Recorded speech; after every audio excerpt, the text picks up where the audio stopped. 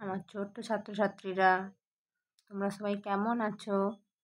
আশা করি তোমরা সবাই ভালো আছো। আগের ভিডিওতে আমি তোমাদের মজার বইয়ের 25 নম্বর পেজ পর্যন্ত সমাধান করেছিলাম। আজ আমি 26 নম্বর পেজ থেকে সমাধান শুরু করব। তাহলে তোমরা সবাই মজার বইয়ের 26 নম্বর পেজ খোলো, দেখো শিখন পরামর্শে কি বলা হয়েছে।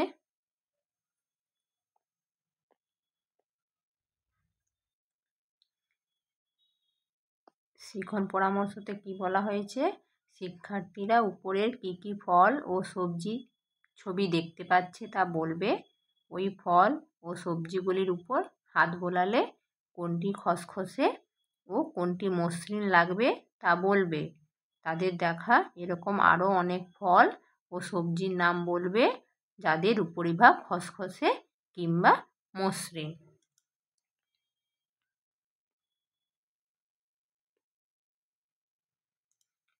তাহলে এখানে কিছু ফলের ছবি দেওয়া আছে, সেই ফলগুলোর নাম আমাদের জানতে হবে, আর কোন ফলটার উপরিভাগ মসৃণ আর কোন ফলটার উপরিভাগ খসখসে সেগুলো আমরা জানব।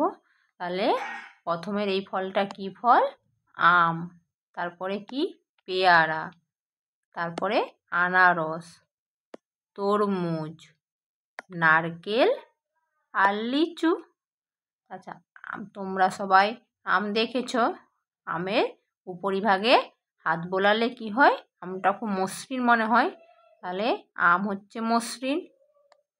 আর পেয়ারার উপরিভাগটা হাত বোলালে কি হয় বলো তো? মসৃণ মনে হয় না? আর আনারসের উপরিভাগে কিন্তু হাত বোলালে খসখসে মনে হয়, কাঁটা কাঁটা আছে মনে হয়, তাহলে আনারসের উপরিভাগ খসখসে। আর তরমুজের উপরিভাগে হাত বোলালে কি হয়? সমতল মানে মসৃণ বলে মনে হয়। আর নারকেলের উপরিভাগে হাত বোলালে খসখসে মনে হয়। আর লিচুর উপরিভাগেও হাত বোলালে খসখসে মনে হয়। তাহলে এখানে আম, পেয়ারা আর তরমুজের উপরিভাগে হাত বোলালে মসৃণ, আর আনারস, নারকেল আর লিচুর উপরিভাগে হাত বোলালে খসখসে হয়। আচ্ছা, সবজি বেগুনের গায়ে হাত বোলালে দেখবে মসৃণ। আর করলা, তার গায়ে হাত বোলালে কি হয়? খসখসে হয়। ঠিক আছে, তোমরা এইভাবে বিভিন্ন সবজি ও ফলের উপরিভাগে হাত বুলিয়ে কোনটা খসখসে আর কোনটা মসৃণ সেই সম্বন্ধে জেনে নিবে। চলো তারপরে পরের পেজে যাই। পরের পেজ 27 নম্বর পেজ। 27 নম্বর পেজে শিখন পরামর্শে কি বলেছে চলো আমরা জেনে নেই। শিখন পরামর্শ: শিক্ষার্থীরা উপরের ছবিগুলি দেখে যেটি ঘরে খেলার সঙ্গে সম্পর্কযুক্ত তাকে গোল করবে। ঘরের বাইরে ও ঘরের ভেতর খেলা যায় এমন আরও অনেক খেলার উদাহরণ শ্রেণীকক্ষে আলোচিত হবে। খেলা কেন দরকার সেই সম্পর্কে শিক্ষক শ্রেণীকক্ষে আলোচনা করবেন।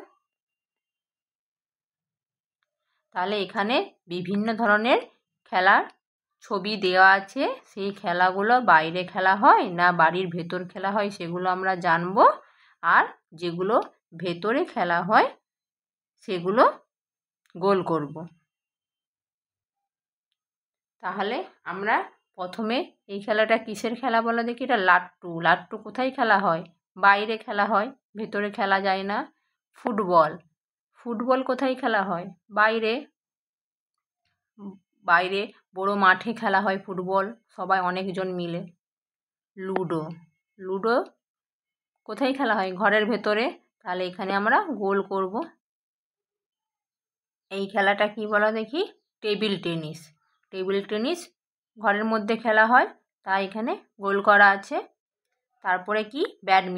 ব্যাডমিন্টন কিন্তু বাইরে খেলা হয়। আর ক্রিকেটও বাইরে খেলা হয়। এবারে বলেছে আর কিছু খেলার নাম। ঘরের ভিতরে আর কি খেলা হয় বলো কি? ক্যারাম খেলা হয়, দাবা খেলা হয়, ভিডিও গেম খেলা হয়, বিভিন্ন কুইজ খেলা হয়। আর বাইরের কী কী খেলা হয়, আর বিভিন্ন দৌড় খেলা হয়, বাইরে কাবাডি খেলা হয়, দড়ি লাফ খেলা হয়, লং জাম্প খেলা হয়, এরকম বিভিন্ন খেলা হয়। তোমরা এরকম বিভিন্ন নাম জেনে নেবে, ঠিক আছে? চলো পরের পেজে যাই। পরের পেজ 28 নম্বর পেজ। 28 নম্বর পেজে শিখন পরামর্শে কি বলেছে আমরা জেনে নেব। শিখন পরামর্শ। শিক্ষার্থীরা উপরের ছবিটি লক্ষ্য করবে। ছবিতে কি কি দেখতে পাচ্ছে তা বলবে। এরপর শিক্ষিকা শিক্ষক জীব ও জ্বরের ধারণা দেবেন। তারপর শিক্ষার্থীরা জীবের ছবির উপর ঠিক চিহ্ন ও জ্বরের উপর দুটো ঠিক চিহ্ন দেবে। শিক্ষার্থীরা তাদের দেখা আরও অনেক জীব ও জ্বরের উদাহরণ শ্রেণীকক্ষে উপস্থাপন করবে।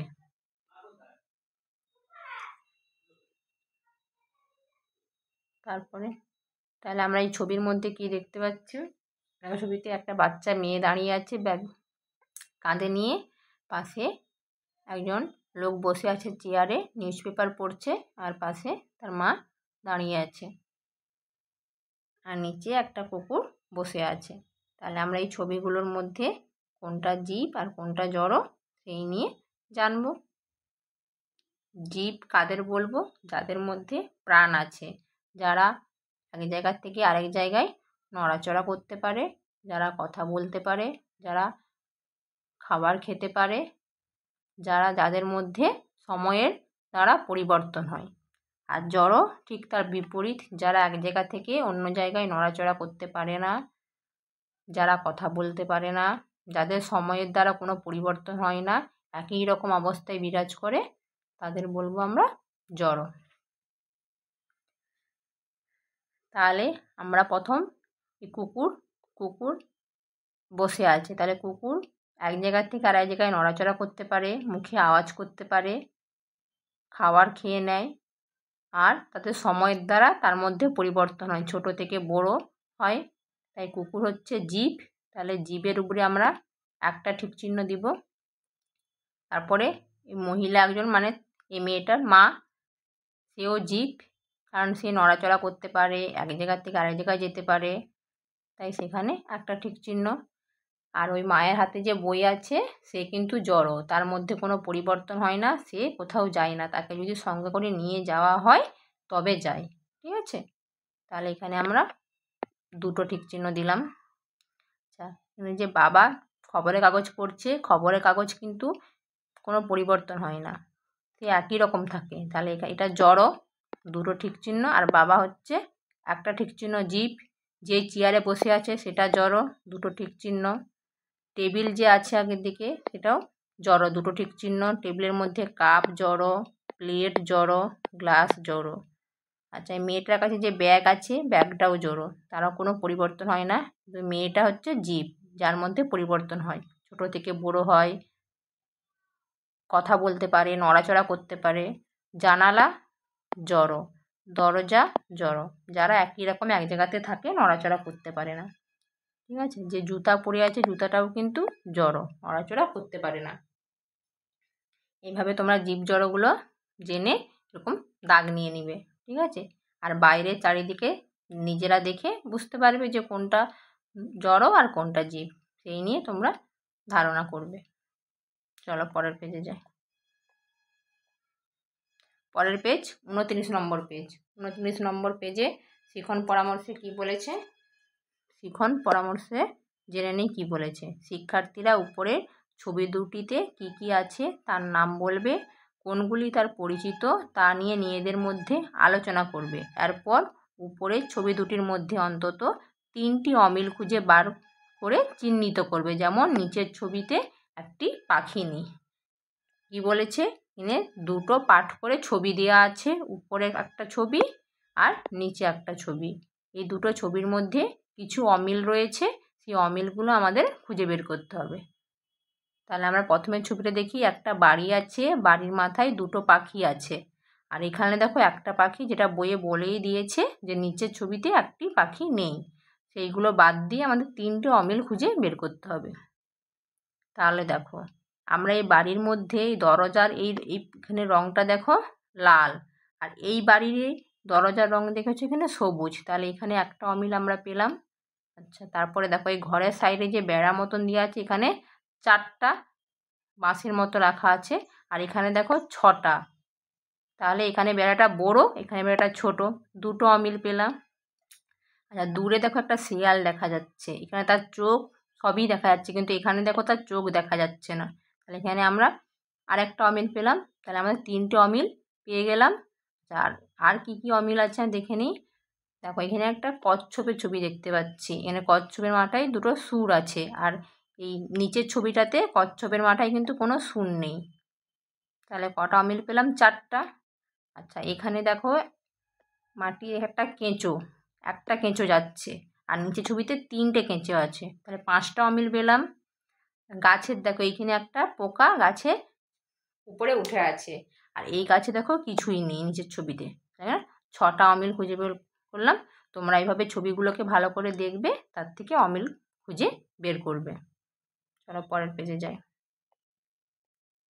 পরের পেজ 30 নম্বর পেজ। 30 নম্বর পেজে কি বলেছে? শিক্ষণ পরামর্শতে বলেছে শিক্ষার্থীরা উপরের ছবি দুটিতে কি কি আছে তার নাম বলবে, কোনগুলি তার পরিচিত তা নিয়ে নিজেদের মধ্যে আলোচনা করবে। এরপর উপরের ছবি দুটির মধ্যে 4টি অমিল খুঁজে বার করে চিহ্নিত করবে। এই পেজেও আগের পেজের মতো বলেছে 2টো ছবি আছে, পাঠ করে ভাগ করে সেই 2টো ছবির মধ্যে কি কি অমিল খুঁজে পেয়েছে সেগুলো আমাদেরকে জানতে হবে। তাহলে দেখো প্রথমে দেখো এই 3টে যে বাড়ি আছে তার মাথার উপরে 4টে পাখি উঠছে, আর এই নিচের ছবিতে 3টে বাড়ি আছে তার মাথার উপরে 3টে পাখি উঠছে, তাহলে এইটা একটা অমিল পেলাম। তারপরে এই 3টে বাড়ির মধ্যে দেখো নিচে শেষ নম্বর 3 নম্বর বাড়িটার রং, উপরের রংটা লাল, আর এখানে নাম রংটা দেখো বাদামি কালার হয়ে গেছে, তাহলে 2টো অমিল পেলাম। তারপরে দেখো তারপরে যে 3টে ছেলে দাঁড়িয়ে আছে, 2টো ছেলে একজন মেয়ে দাঁড়িয়ে আছে, এই ছেলেটার দেখো জামার রং নীল, আর এই ছবিতে জামার রং হচ্ছে বেগুনি হয়ে গেছে, এটা একটা অমিল, তাহলে আমরা একটা পেলাম। পাখিতে, বাড়িতে 2টো, ছেলের জামার রঙে 3টে অমিল পেলাম।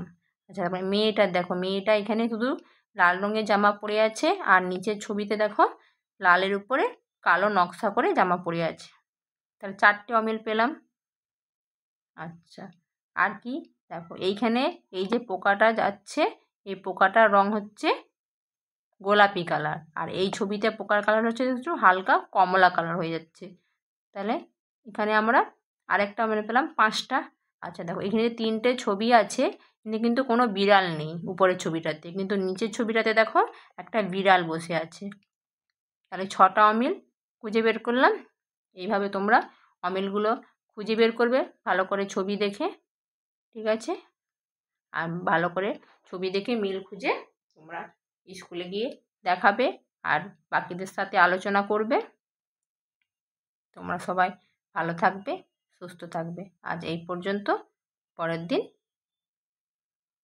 পরের পেজগুলো পরবর্তী ভিডিওতে আলোচনা করব।